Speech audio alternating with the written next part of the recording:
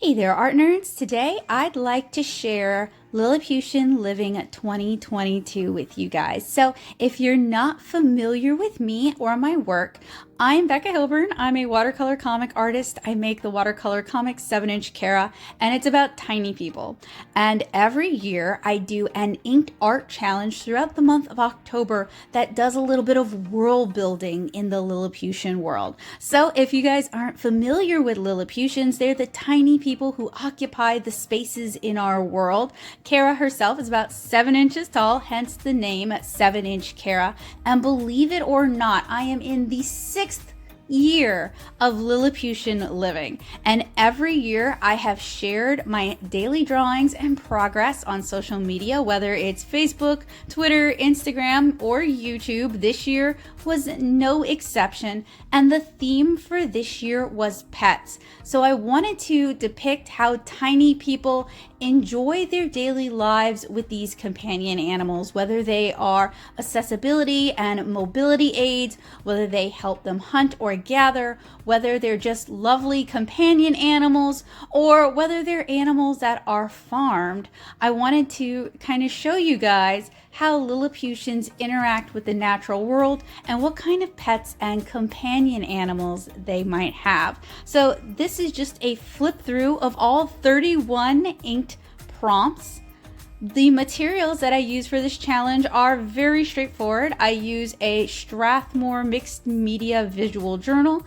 I use brush pens because generally I'm traveling during the month of October and this needs to be portable for me to actually be able to do it. And I actually talked a bit more about my Lilliputian living materials in another video, but I wanted to show them to you guys so you guys can get kind of an idea of what I'm working with and how this challenge works for me. So this is a daily inked sketch challenge, which means that every day I have to complete an inked sketch and ideally start the sketch for the next day. In the sketching phase, I use colored lead for the underdrawing. I don't erase that underdrawing. I am allowed to erase or make corrections in that stage though. But once it comes to actually inking, I cannot introduce any correctional material, no correctional tape, no whiteout, no white gouache, no Copic opaque white. And the reason for this is it's to help me train myself in becoming comfortable with making mistakes and with the inability to forever correct problems.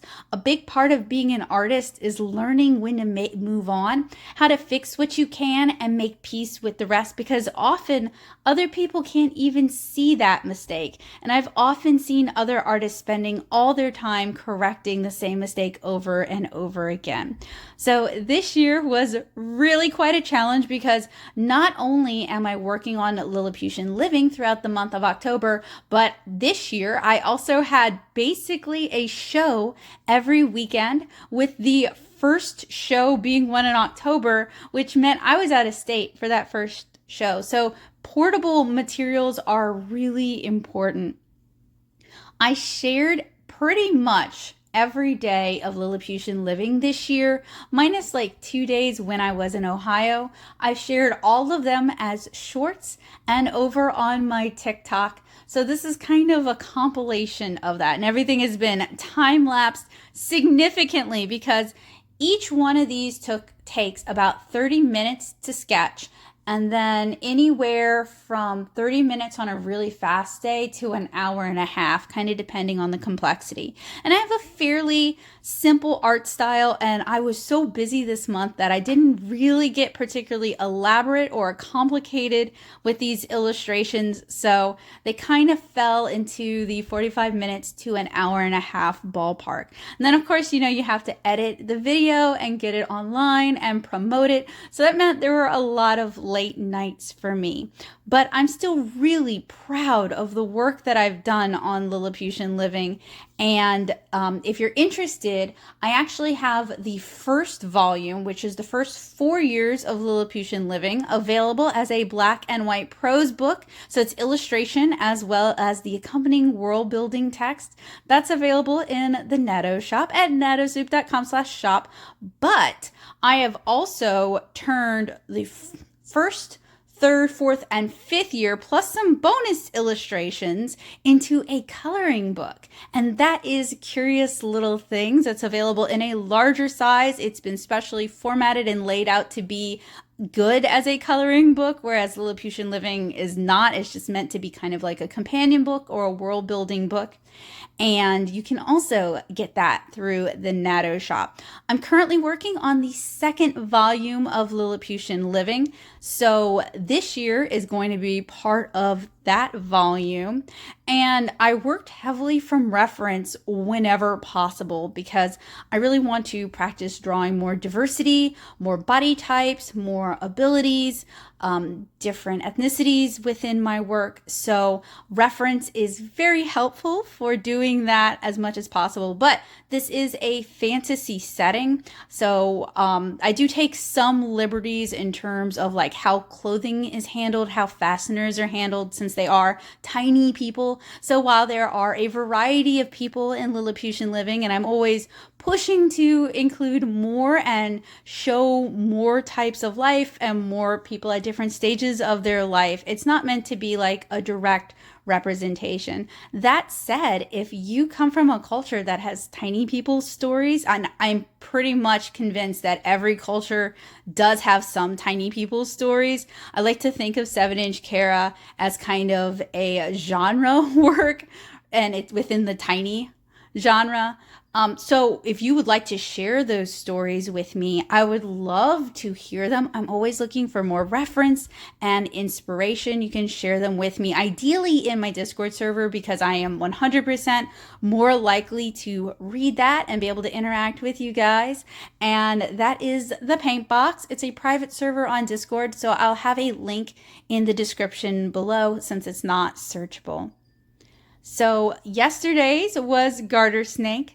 Today is Leopard Frogs. When I was growing up, I was passionate about reptiles and amphibians. I spent a lot of my time just outside in the wilderness looking for salamanders and Anole Lizards and frogs. And I really wanted to make sure I represented the herps well in Lilliputian Living. So while it is not all crocodilians and reptiles and snakes and amphibians, there's a pretty solid representation here. And I also wanted to represent insects as well because they kind of creep me out, and I'm trying to work on that. And I found that by drawing something and kind of depicting it in my own worldview, that helps me come to terms with it, and it helps me be more comfortable with it. So there's a few insects in volume 6 of Lilliputian Living as well.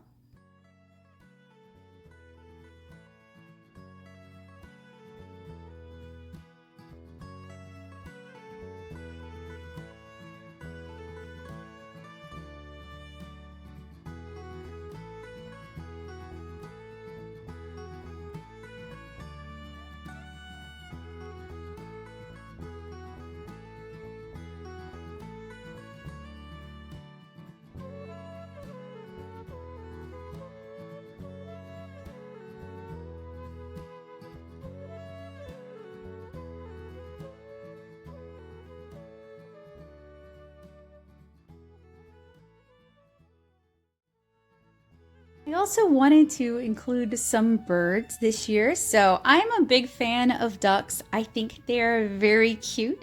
Joseph and I made a trip out to Lafreniere Park, and they've got these black-bellied whistling ducks, which are just, they are the cutest. They're very noisy, but they're the cutest ducks. So I wanted to include a black-bellied whistling duck. Another thing about Lilliputian Living for this year is I really wanted to make sure that I included lots of Louisiana animals. So we've already got the garter snake, we've already got leopard frogs, and now we've got a black-bellied whistling duck.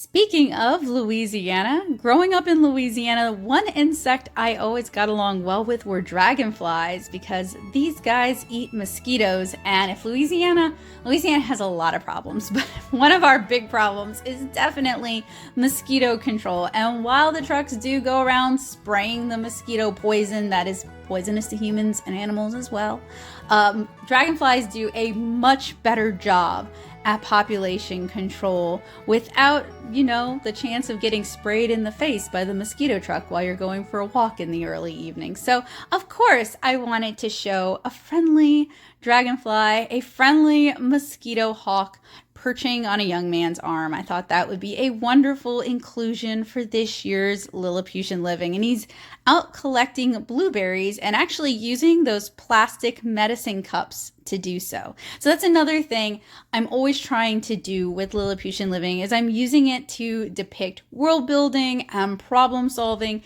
and utilizing materials from the human world in a new way that kind of suits the Lilliputian lifestyle.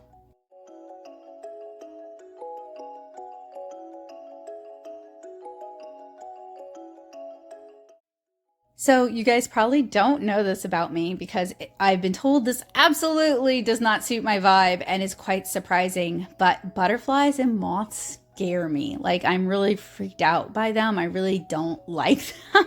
I'm growing to like them, at least from an aesthetic point of view, but they still really, really creep me out because when I was a kid, I'd help my dad sweep out the garage.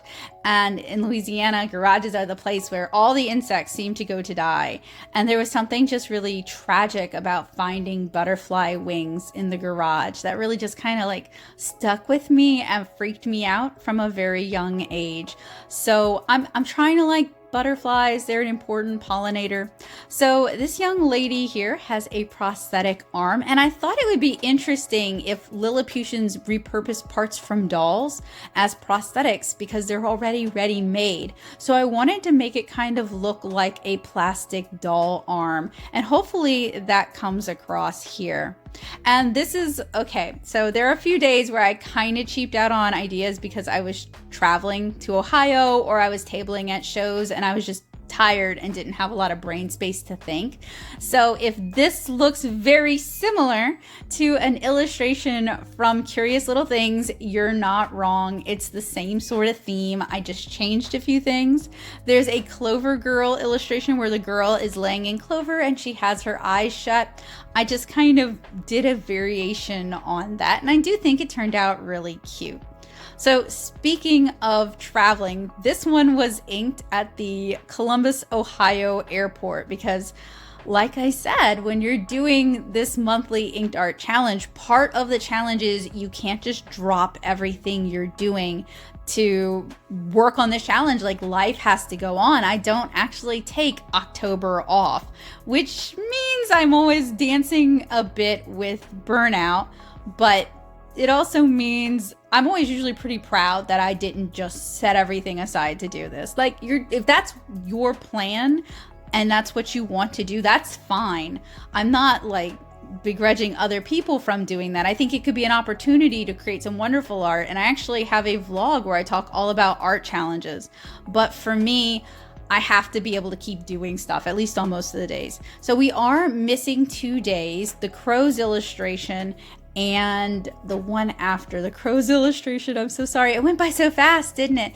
And that's because I was tabling at CXC. I actually inked these while I was at the show or after the show, so I don't necessarily have recorded footage of it because it just wasn't feasible for me to capture that recorded footage. So this is the Firebelly Newts illustration.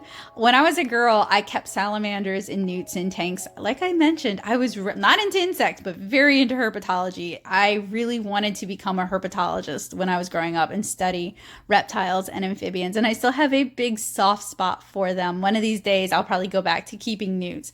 But Firebelly Newts are just so super cute. They're very engaging, and I just really enjoyed taking care of my pet newts when I was growing up. Now, I don't really know what this guy is gonna do with a bucket of newts, but the newts seem happy and he seems happy, so who am I to judge?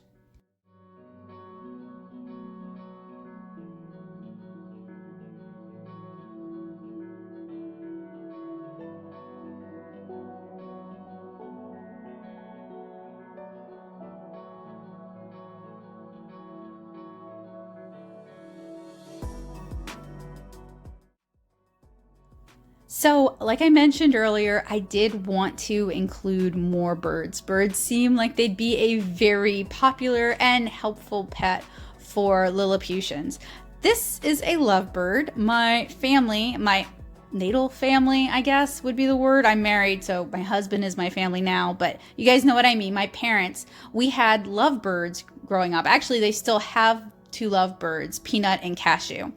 And I have kind of mixed feelings about parrots and parrotlets. While I have met some very sweet and charming parrots and parrotlets, the ones we have, well, okay, Peanut, the girl bird, is really very territorial and very, very bitey. Whereas Cashew, if you can get him out of the cage, he's actually very sweet and charming.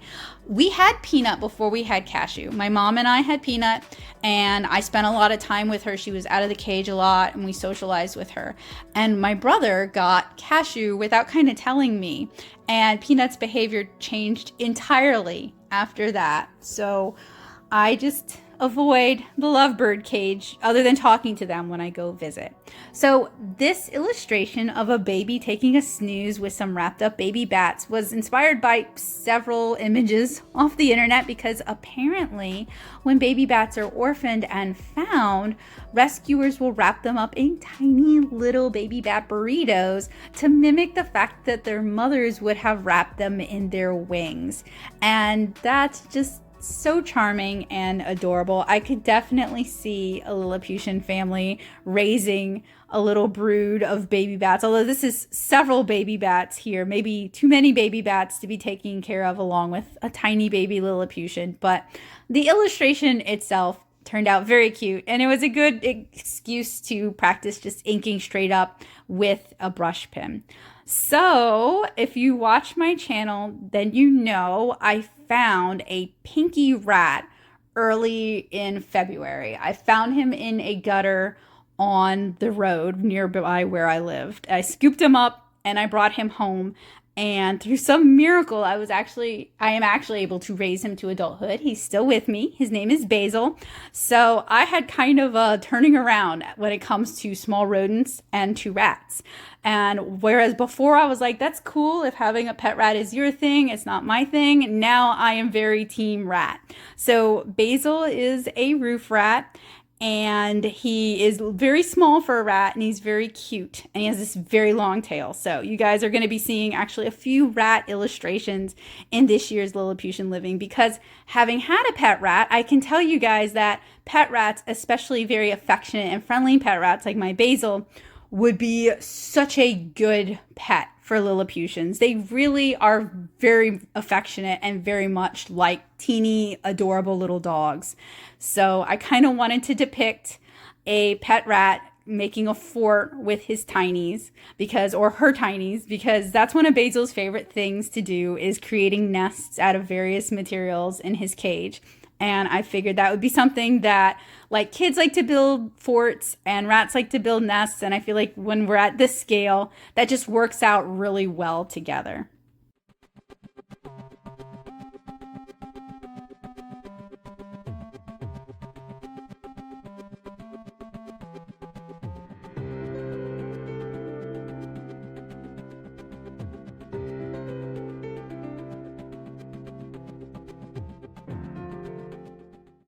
I didn't want Lilliputian Living this year to be all about cats and dogs. I felt like those would be very obvious animals because humans already have a relationship with cats and dogs. But I did want to depict a couple of illustrations of Lilliputians existing with these companion animals. And every year I do a few cameos, especially when I'm stressed out and I can't think of a character design. I usually start pulling from people I know. So this is a cameo for my mom, and this is of her cat Dax when he was a kitten.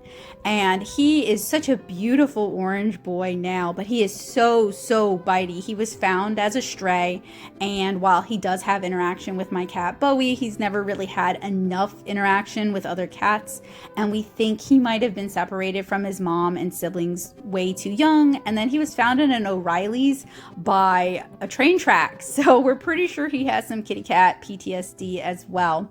So while he has some personality issues, we still love him very much. And he was a very sweet little guy. He just grew up to have some issues with showing affection. But I did want to give a cameo of Mom and Dax in here, and also kind of depict more environments, because that's something with later years of Lilliputian living that I always try to do when I have the time. There's some days that are going to be really light. They're going to have very little background illustration because I'm at a show, or I'm busy, or I'm stressed out.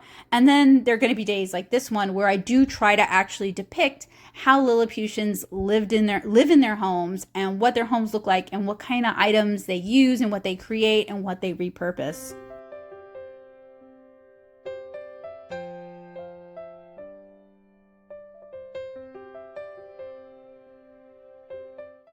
So while I'm not necessarily team insects, I mean, I'm team insects, but they, insects.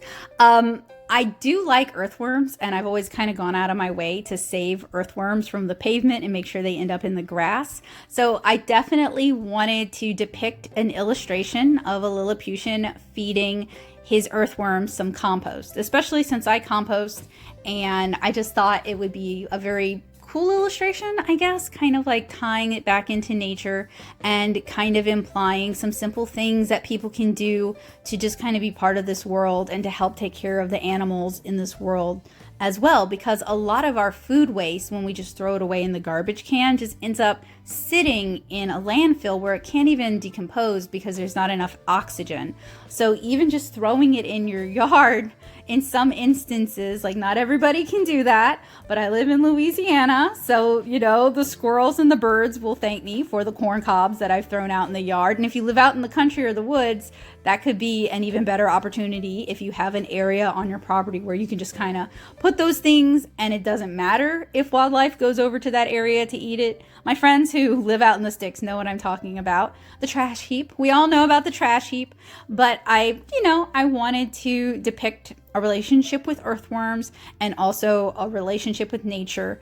And I also wanted to show several wild edibles as well as some not so wild edibles. So we have dollarweed, and we have ponyhoof, and of course we have some grass in the background, but we also have some pea plants growing on a fence in the background.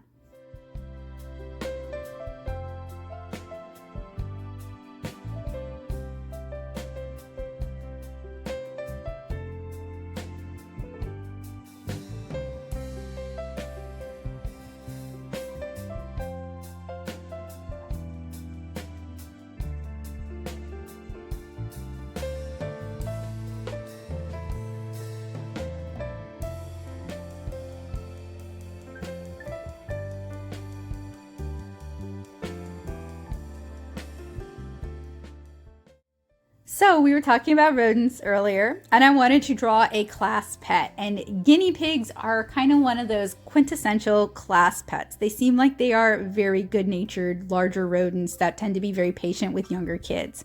So I thought this would be kind of a fun play on the term class pet, because this class pet basically takes up the class. He probably goes outside and roams around and snacks while class is in session. But you guys can tell these kiddos love the guinea pig, although maybe they shouldn't be leaning on the guinea pig. Maybe that's not such a great idea. And the teacher here definitely looks like she has her hands full. This kind of reminds me of some of the days when we're teaching art squad and everyone is just so hyper that by the end of class, I'm just like, whoo, boy, that was sure a lot. But the kids in art squad are very sweet, and I love teaching them. And the kids here also look like they're very sweet, so I'm sure their teacher also loves teaching them.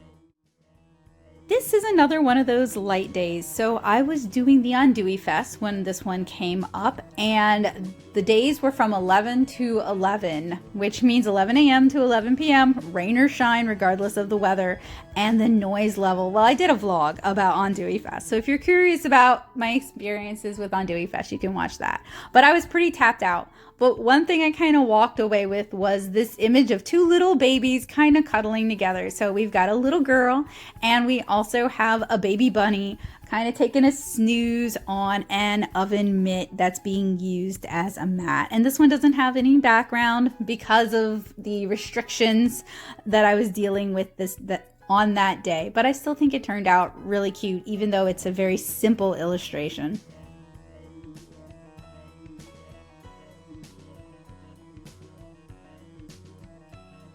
Goldfish is another one of those days that I wasn't able to get any inks for because I was at the show from 11 to 11. There just wasn't any time.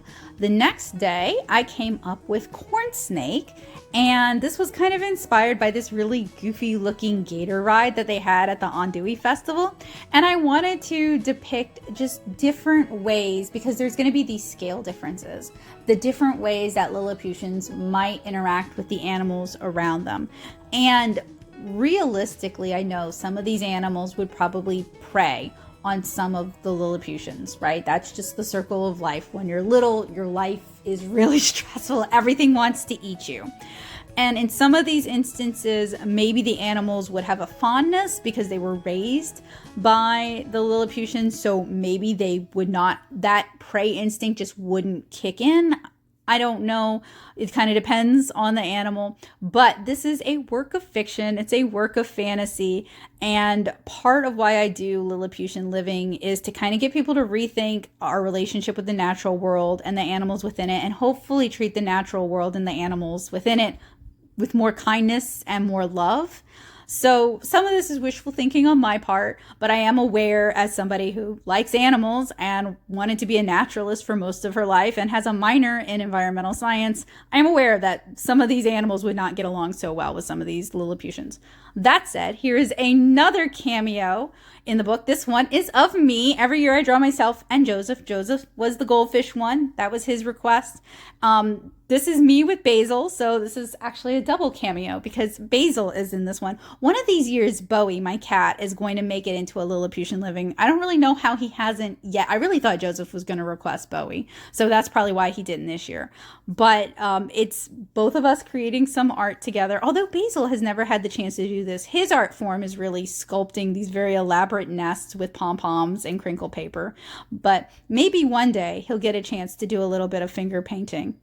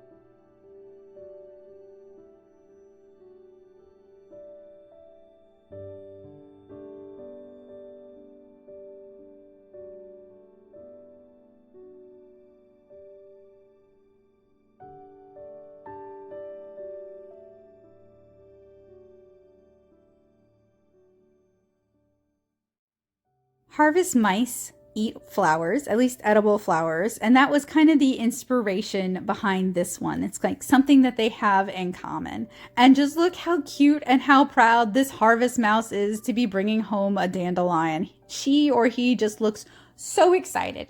So you can tell the difference between rats and mice. Mice have a lot of hair, like a hair covered tail, whereas rats, at least Basil does have some hair on his tail. I know like Norway rats tend to have less hair on their tails, but it's not nearly as noticeable. Like if you didn't know the animal, you would just look at their tail and be like, oh, there's no fur on it. So it's really weird looking at media now and seeing things that people are calling mice. And it's like, oh no, honey, that's a rat.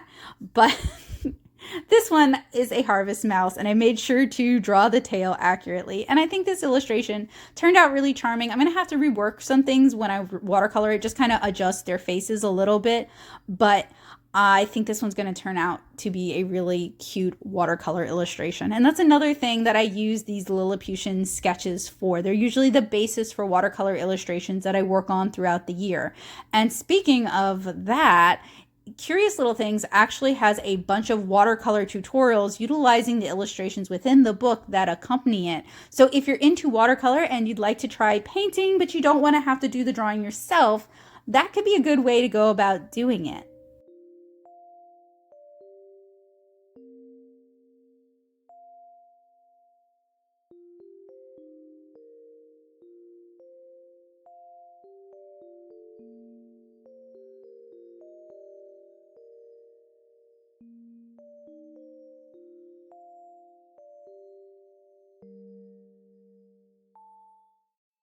Another cameo for volume 6. So my younger brother wanted to be drawn as an Acadiana going out hunting with a wooden spear and sitting on an American bullfrog. And he had a really detailed description that actually sounded pretty cool.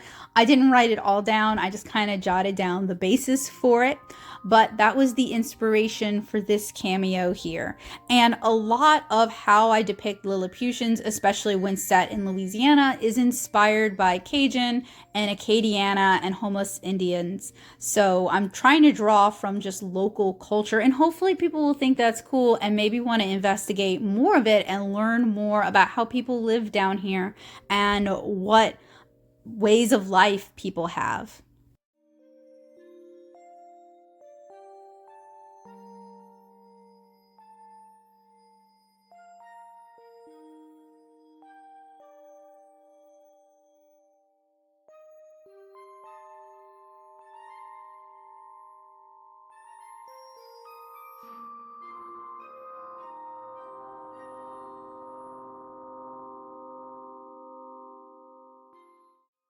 In past Lilliputian living volumes, I have shown turtles as helper animals. Here is a red-eared slider helping an elderly Lilliputian carry her goods back from the market. While they would not be like the best as land transportation animals, I think tortoises have them beat. They are kind of good as like amphibious all-terrain animals. So I like to think that that is what this red-eared slider's primary life is helping through more swampy, more muddy, more kind of amphibious terrain.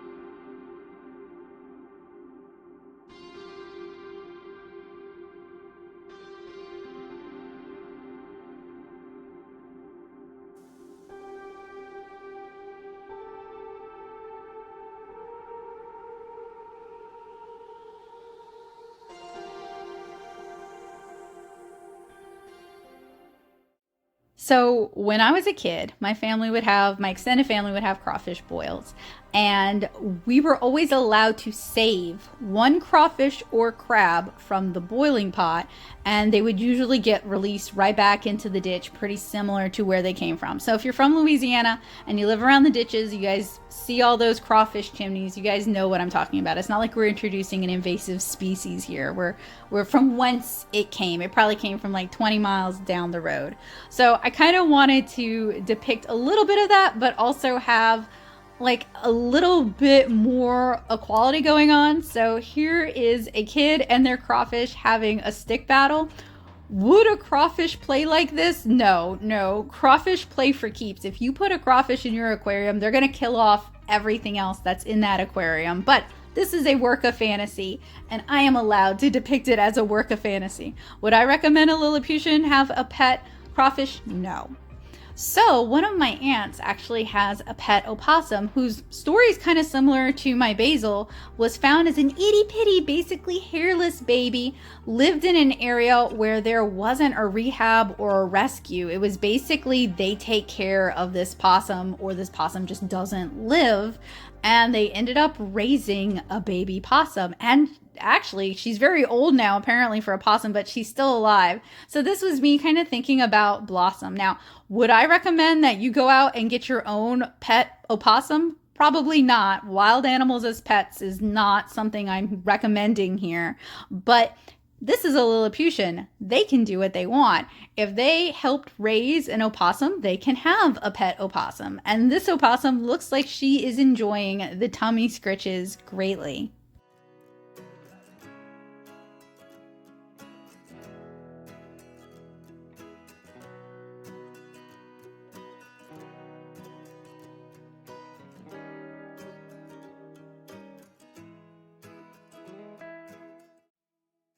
I do tend to draw a lot of bees in my work, although generally they're honey and bumblebees. I wanted to draw a different kind of bee for this year, and it's still an important pollinator, although it doesn't produce honey. So this day is dedicated to carpenter bees, which are important pollinators that actually like to burrow into dead wood. And in this illustration, they've built a carpenter bee home so that they actually have a place to live.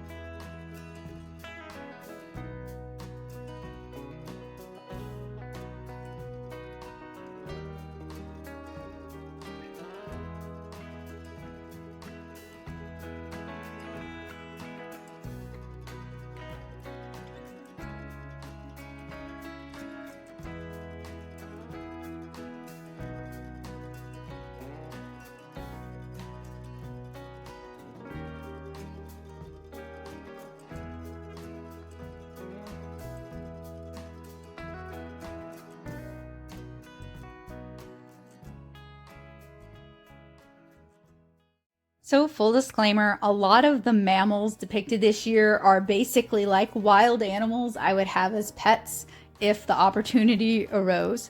So when I first found Basil, I actually thought he might have been a baby gray squirrel. So we called an animal rescue that was Squirrel Rescue. Joseph looked it up, and the very first question they asked was, does he have pink paws or black paws? And Ittle Bittle Basil had, I think he had just the beginnings of markings of black. His markings had started to come in like while he was with us, and his little paws were the first thing to have markings. So I said he had black paws, and it was like, oh nope, that's a rat. And I was like, well, is there anybody who'll take him? Nope, nobody takes him. So that's how I have a pet. I have a pet roof rat. But we did think for like a brief moment he might be a squirrel, and I've always wanted to have a pet squirrel. That is iffy legal in Louisiana. You can't go out and buy one, but the cops aren't going to bust down your door for having a pet one either.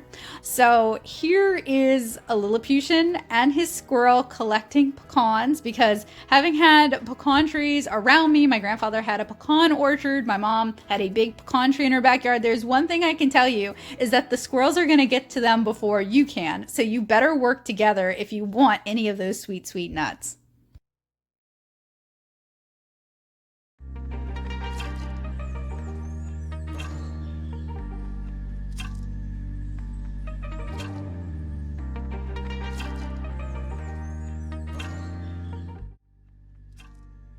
So I have a question because my comments are going to be on fire anyway. Is it anole or anole lizards? I've heard it both ways. We have the little green ones here in Louisiana. We're getting the Cuban ones now. They're kind of an invasive species, but the little green ones that can sometimes become big old green ones look like little dinosaurs. I love these guys. They are so smart. They're very fast and they're very sassy. They always look like they're sizing you up and giving you a side eye and you're just found failing. So here is a Lilliputian wearing a crochet bikini because why not? Taking a sun bath in a sandbox with her pet Anole Lizards. And there's 3 of them here. We've got the 2 cute little ones and then we've got the bigger dinosaur in the background.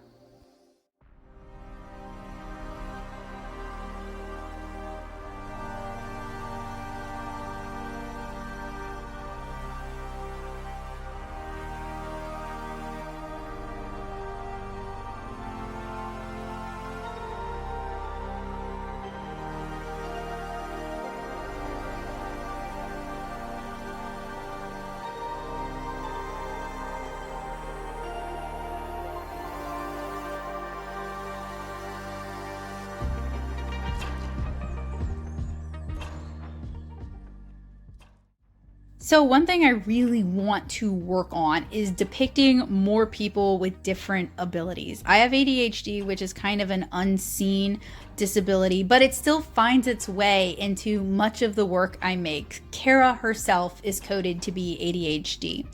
But I also want to depict just different people who have different lives. So I wanted to depict what a service animal might look like. And I thought, well, first off, a rat would have been a great service animal, but I've already done 2 rats, so I didn't think I could get away with that. But I thought a hamster might also make a good service animal. So we have it looks like I'm not really great at identifying hamsters. I'm so sorry. It might be a Siberian because it's a little bit bigger. I'd have to think about the scale more. It could be a very small Siberian. Bringing a bottle of water to his person. And I also researched historic wheelchairs because I wanted something that would kind of look like something a Lilliputian might be able to create. And in prior years, I depicted a mobility aid made out of K'NEX. So I didn't want to like lean on the K'NEX and Legos for this one. I wanted something made of more natural materials because even though I might repeat themes sometimes, I always want to show them in different ways and show different materials being utilized because it kind of just depicts the diversity in life and the many different ways of thinking about things.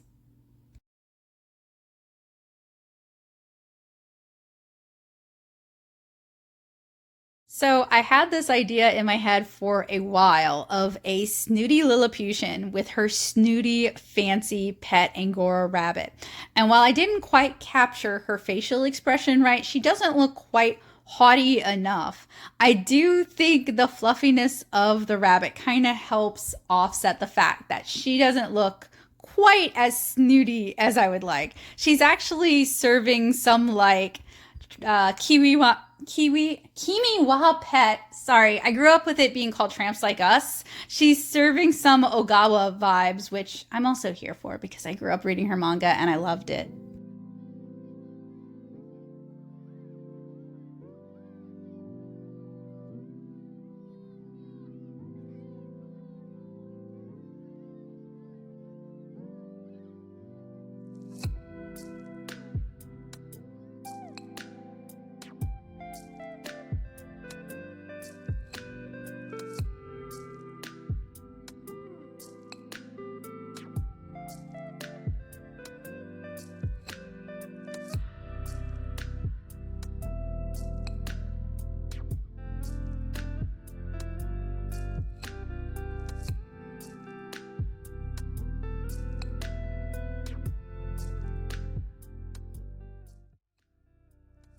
So I don't know about where you're from, but where I'm from, armadillos have kind of a bad rap, but maybe not for the reasons you think. So armadillos are, unfortunately for them, one of the few animals that can also catch leprosy. And in Louisiana, years and years and years ago, we had a leprosarium. and a lot of the animal testing was done on armadillos. So there is still kind of a pervasive urban legend, I guess, conspiracy theory, not sure really what to call it, that armadillos carry leprosy in Louisiana. I don't know how true that is, but I do know that leprosy is actually in a bacteria in the soil. So it's unfair to blame armadillos when if you do any gardening or digging at all and you don't wash your hands properly afterwards, you're probably running the same risk.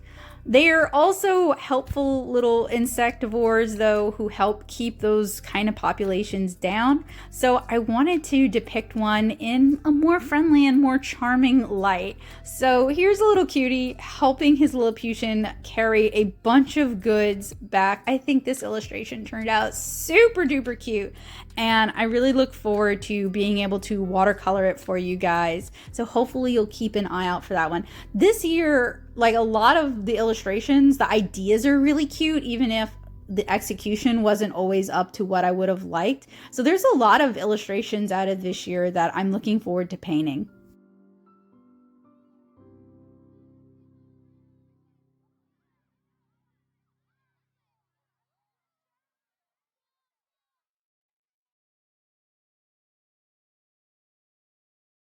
Anyone who knows me knows I wouldn't be me if I let the year we do Lilliputian pets pass by and I didn't draw a raccoon, because I love raccoons. I think they are so cute. If I could have one as a pet and I didn't have a cat, I would have a raccoon. I know they're very smart and I know they're very destructive, and my life is already a mess. So I feel like a raccoon would just be a new kind of mess and I would just have to learn how to deal with it. That said, there's a good raccoon rescue near me, so I don't even have an excuse to like, oh, but it would die if I didn't raise it. There's no excuse. I do need to get my butt over there and start volunteering so that I can actually get to like interact with the raccoons, but I definitely wanted to draw a raccoon here. So here are two Lilliputian kiddos bottle feeding a raccoon that is now bigger than they are. I can only imagine that this would have to be an outside pet for them and would probably live in the same tree that they live in and would probably be very, very helpful as an outside pet, but as an inside pet would be intensely destructive.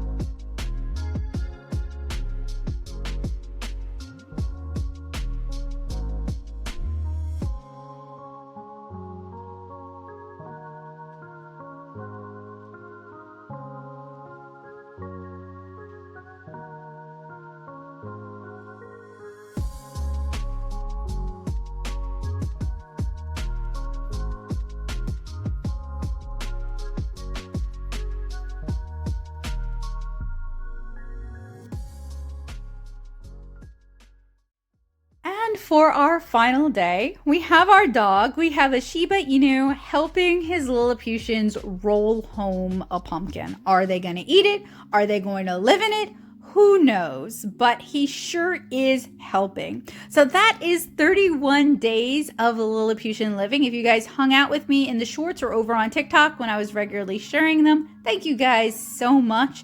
This year was really quite a challenge for a lot of reasons, but I'm really proud of the work that I did, and I'm really glad that I was able to share it with you guys. Hopefully y'all will keep an eye out for volume 2 of Lilliputian living, and if you're into coloring and you want to color along with me, hopefully you'll check out Curious Little Things. I'll have links to both down in the description below for you guys. Do you guys do any fun art challenges that I should be aware of? Have you made up your own like I have? Let me know down in the comments below. Thank you guys so much for hanging out with me for this Lilliputian living vlog. I hope you guys have a wonderful day, and I wish you guys the best of luck on your own art endeavors.